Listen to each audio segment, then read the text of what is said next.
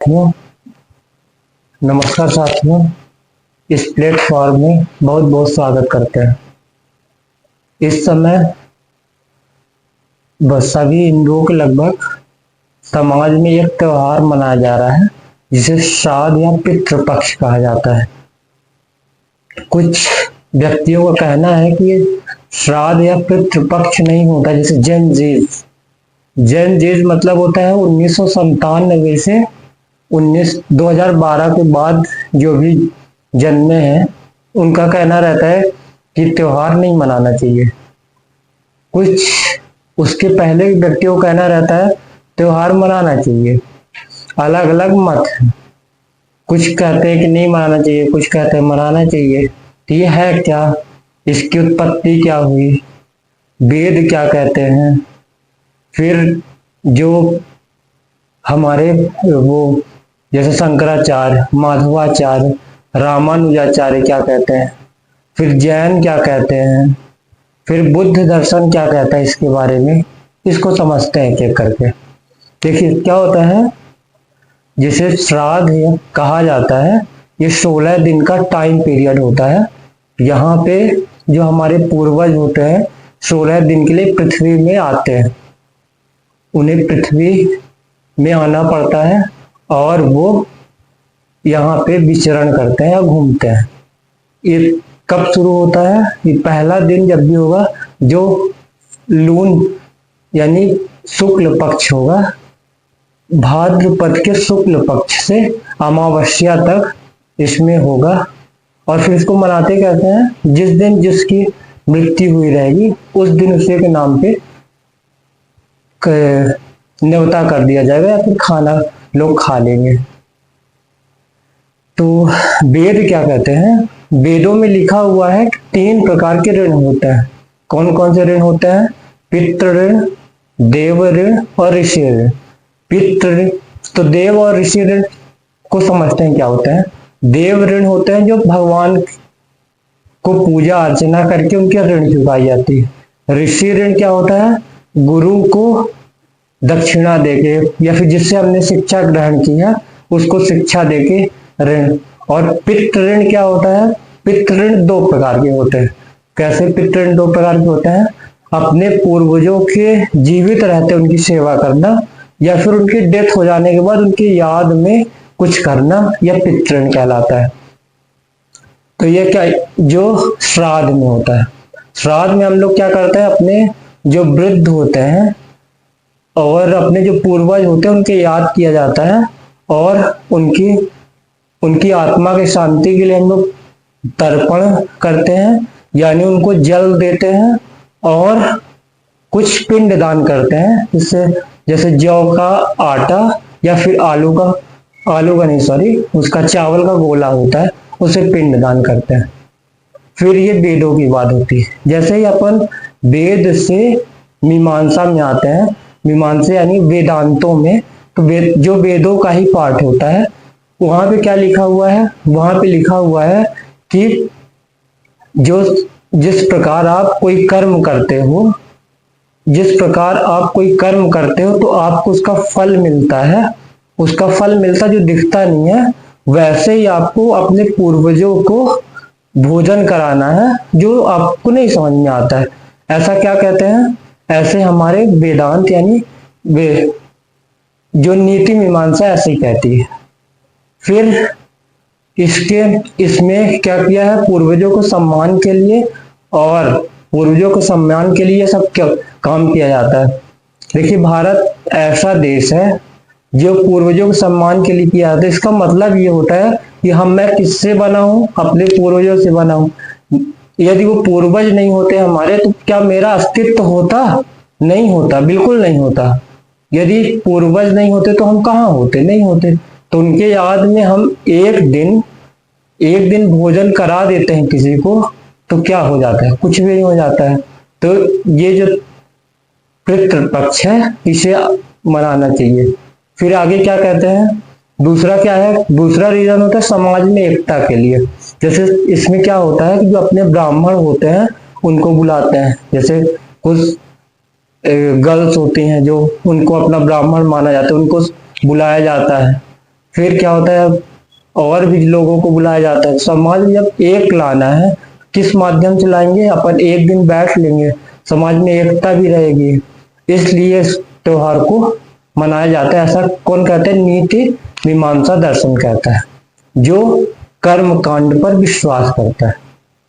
फिर आगे अपन चलते ज्ञान मीमांसा की ओर।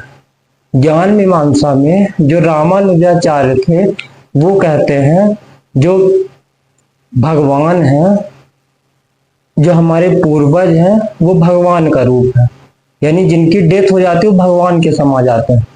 तो उनको क्या करना चाहिए? हमें पूजा करनी चाहिए। हमको पूजा क्यों करनी चाहिए? क्योंकि वो भगवान है। मैं यदि उनको भोजन खिला रहा हूँ, साक्षात भगवान को दे रहा हूँ, इसलिए हमें वो क्या करना चाहिए?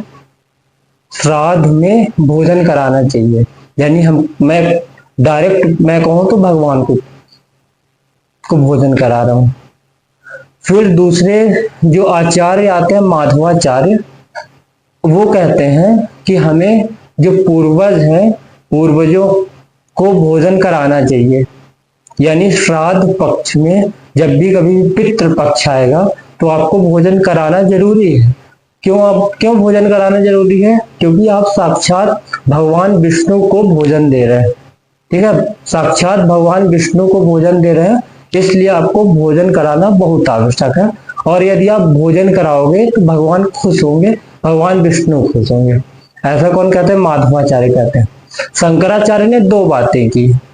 पहला उन्होंने व्यवहारिक जगत की बात की और एक बात की परमार्थिक लेवल की। तो व्यवहारिक जगत में उन्होंने क्या कहा कि आप जैसे सब आचार्य बोल रहे हैं, जैसे दो आचार्य बोले वैसे ही भी कह दिए कि आप क्या करो? कर्म धर्म का पालन करो, कर्म धर्म का पालन करो और पितृ ऋण जो भी है उसको चुकाओ, उसका रीपेमेंट होता है, इसलिए ये बहुत जरूरी है। ठीक है, फिर आते हैं परमार्थिक लेवल। परमार्थिक लेवल पे वो कहते हैं कि श्राद्ध ये है क्या कि ये दो, इन्होंने माना है कि ब्रह्म सत्यम जगत मिथ्या।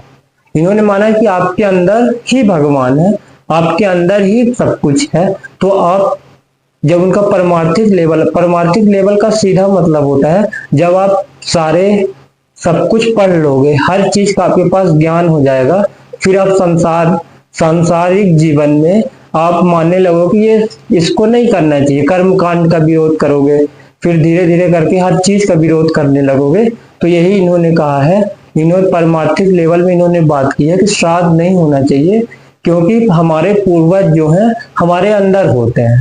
ठीक है, तो इसलिए श्राद्ध नहीं होनी चाहिए। फिर भगवान जैन धर्म क्या कहता है? जैन धर्म कहता है कि जो मानव शरीर होता है उसमें 4 प्रकार के, कहता है कि जो मानव होता है मृत्यु के तुरंत बाद बॉडी को पा लेता है, इसलिए पितृ या श्राद्ध नहीं करनी चाहिए और श्राद्ध नहीं करना चाहिए, इनका ये मानना। फिर बुद्धिज्म आते हैं। बुद्धिज्म यानी भगवान बुद्ध ने क्या माना है कि अपना शरीर 5 स्कंधों से मिलकर बना होता है, 5 स्कंधों से मिलकर बना होता है और आत्मा जैसी कोई चीज नहीं होती है। इन्होंने पुनर्जन्म पर विश्वास किया है। लेकिन जब क्या होता है, हीनयान और महायान 2 शाखाओं में विभाजन होता है। तो फिर जो हीनयान थे, हीनयान का मतलब था कि भगवान बुद्ध जो दर्शन दे गए थे उनको मान लेना। महायान का मतलब था कि जैसे जैसे दर्शन में कुछ बदलाव करेंगे, कुछ बदलाव जो भी संभव होगा बदलाव करेंगे, फिर मानेंगे। तो उन्होंने मान लिया, फिर इन्होंने माना। तो हीनयान वाले कहते हैं कि श्राद्ध नहीं होनी चाहिए, क्योंकि क्या होता है, जो आत्मा अपना शरीर होता है 5 स्कंधों से मिलकर बनता है, वो 5 स्कंध खत्म हो जाते हैं तो अपना शरीर खत्म हो जाता है। फिर वही महायान वाले बोलते हैं कि ये होता है। तो ये भारत ही नहीं, विदेशों में जब चाइना इसका बौद्ध धर्म का विस्तार हो रहा था तो भारत देश में तो बौद्ध बहुत कम है, लेकिन विदेशों में बहुत ज्यादा है। तो वो क्या कह रहे थे, उन्होंने श्राद्ध या पितृपक्ष को माना। जैसे चाइना में मैं बात करूं, चाइना में क्या करते हैं कि एक दिन के लिए अपने बड़े बुजुर्गों को याद में उन लोग मनाते हैं, एक त्योहार मनाते हैं और सब लोग खाते हैं, जैसे अपने यहाँ श्राद्ध या पितृपक्ष में होता है, तो वहां भी मनाते हैं। और जहां जहां महायान गया वहां वहां ये मनाया जाता है। फिर सबसे खतरनाक लोग थे चारवाक। चारवाक लोग कैसे होते हैं, उन लोग प्रत्यक्ष में प्रमाण ढूंढते हैं, यानी जो हमको प्रत्यक्ष होगा उसी को मानेंगे और हम नहीं मानेंगे। तो उन्होंने क्या किया, न भगवान माना, न स्वर्ग माना, न नरक माना, कुछ भी नहीं माना। उन्होंने वो ये भी कहते हैं कि जिस प्रकार आप किसी मूर्ति को पानी दे रहे हो, वो पत्थर को पानी दे रहे हो। फिर उन्होंने क्या किया, फिर उन्होंने बताया कि आप जिस प्रकार किसी को भोजन करा रहे हो, तो जैसे उन्होंने ये बताया कि एक मंजिल में यदि भोजन दूसरे मंजिल नहीं जा सकता है, तो ये भला बताइए जो कोई ब्राह्मण होगा वो खाएगा तो कैसे पहुंच पाएगा। इस तरह बातें करते हैं, लेकिन ये गलत बातें हैं। क्यों गलत बातें हैं, क्योंकि जो हमने जिस पूर्वज, मैं जैसा कि पहले ही बता चुका हूं, जिस पूर्वज से हमारा उदय हुआ है, जिस पूर्वज ने हमें सब सजाया संवारा, आज दुनिया बनाई, यदि वो पूर्वज को एक दिन हम याद करके खा लेंगे तो क्या हो जाएगा। तो आप जो भी विचारधारा रखते हैं, ये मैं स्पष्ट कर देना चाहता हूं, ये किसी के भी ठोस पहुंचाने के लिए वीडियो नहीं बनाया गया है, केवल ज्ञान के लिए बनाया गया है। इसी के साथ मैं अपनी बात को धन्यवाद करता हूं। और इस जब आपको यदि अच्छा लग रहा हो तो लाइक करिए, शेयर करिए।